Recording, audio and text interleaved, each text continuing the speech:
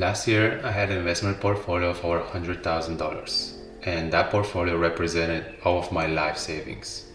Money that I've worked hard for and saved rigorously day after day working a regular job. Saved it by depriving myself of many things and educating myself daily how to invest, how to manage, and ironically, how to protect money and just building up my financial literacy day after day. Long story short, I've lost it all. One word hint, Celsius. If you know, you know. We'll talk about that in depth in one of my future videos. I think there's a lot of lessons to be learned, and I'll share with you the mistakes I've made, and I hope that could help many of you now or in the future. I went through months and months riding the emotional roller coaster of despair and hope, thinking every single minute of the day of what happened, no matter what I was doing. If I'm at work, talking to a friend, spending time with my girlfriend, that was always processing at the back of my mind. So many times I would feel like I'm in a horrible nightmare and just can't wait to wake up and feel that emotional relief of realizing that this was just a dream, but no, that never happened. What made it even more difficult to bear is that not only I lost all of my life savings, but my girlfriend lost half of hers as well. Crypto she bought throughout the years as I suggested, and she stored to earn interest in Celsius as again I suggested. That feeling of blaming myself and the guilt coming out of it was adding a lot of extra weight to my shoulders. I realized that there are situations so much more difficult than this, and people deal with challenges that life throws at them so much worse than this. $100,000 may or may not be a large sum of money for you, but me being a Bulgarian, I know how much can you do, how much can you experience, and how much can you help with that amount of money. I'm also just a regular guy working in a restaurant that saved those money for years and years and carefully invested and dedicated a lot of time and effort to be able to grow it to this amount. That being said, I consider myself a person that would never lost such a grasp of reality and the bigger picture of life to go down the dark road of contemplating suicide. But things started to pile up. My car broke down in the middle of the road, got into a fight with a coworker. We were moving from one apartment to another, and I was picking up as many extra shifts as possible to cover my expenses and try to start recouping the loss. And in times, being sucked in those emotions one after another, I would start to feel a glimpse of what it was to go deeper in that darkness and how those thoughts could quickly take control of you, and you might not be able to take your rational thinking self back. I've noticed that every time I got trapped deep in those thoughts and emotions, I would quickly start to lose hope. And that's when people often end up making a permanent decision based off temporary feelings. Because you enter that darkness unaware and you don't have the tools to zoom out and see the bigger picture where life is indeed seasonal and there is hope. If you don't give up and just keep pushing, you'll get out of the darkness and the sun will shine on you again. You might have a bad day, a horrible week or months, but you don't have a bad life. You just have to push through the winter and the season will change for you. Usually during times of pain, you find yourself at a crossroad. And I had two options in front of me. I could take the easy trail and hide from the pain by running towards my vices, become very hedonistic and numb my emotions by living la dolce vita, indulging pornography, endless scrolling on social media, eating excess amounts of sugar, and just binge watch Netflix. Things that will make me forget for a while and make me feel good in the short term, but also will steal happiness from my future self. Or I could take the hard trail and run towards personal growth. Not let myself give in to easy push button pleasures and actually delay the gratification, suffer now for the reward of feeling better down the road. I know that for most people, in order to deal with hardships in life, you have to be willing to talk about your problems and seek support from your friends and from your family. You want to feel understood and share what you're feeling and what emotions you're going through. This is an interesting topic that has my perspective and opinion, whether in times of distress and difficulty we should talk about our problems or we should just go through them alone.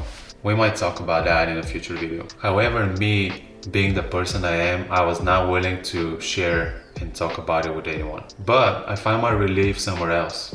That place was the gym, and in particular in the feeling after a workout. Have you ever seen a sad or a mad person live in a gym?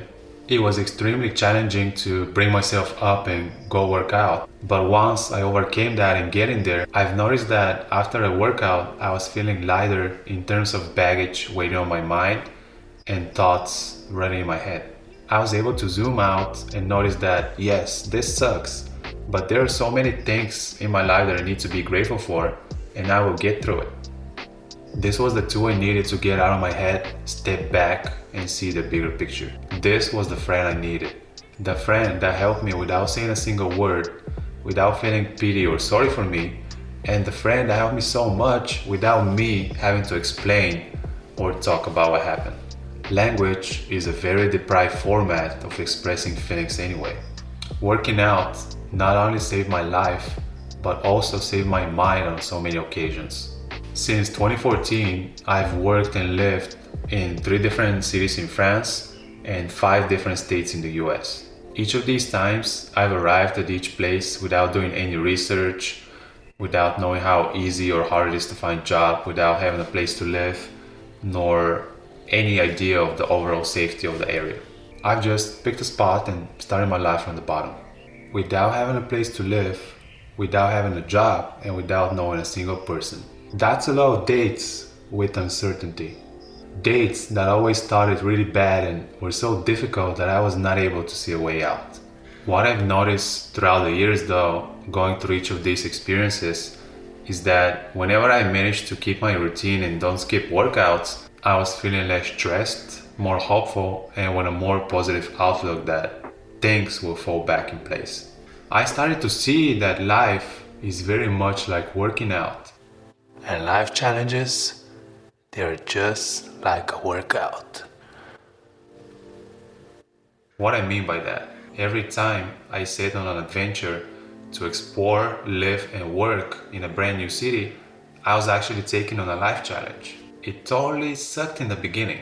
I had to convince myself to go from a restaurant to restaurant asking for a job, cross the whole city 2 times a day looking for a place to live, to make that first step, saying hi to the new coworker. Each of these things suck in the moment. I didn't want to do them, but when you draw a line a year later, thanks to these exact actions, you now have a job that you enjoy, a beautiful apartment that you stay in, and you met so many new interesting people that you explore the new city with, which is an effect of the decisions you've made when you didn't feel like it.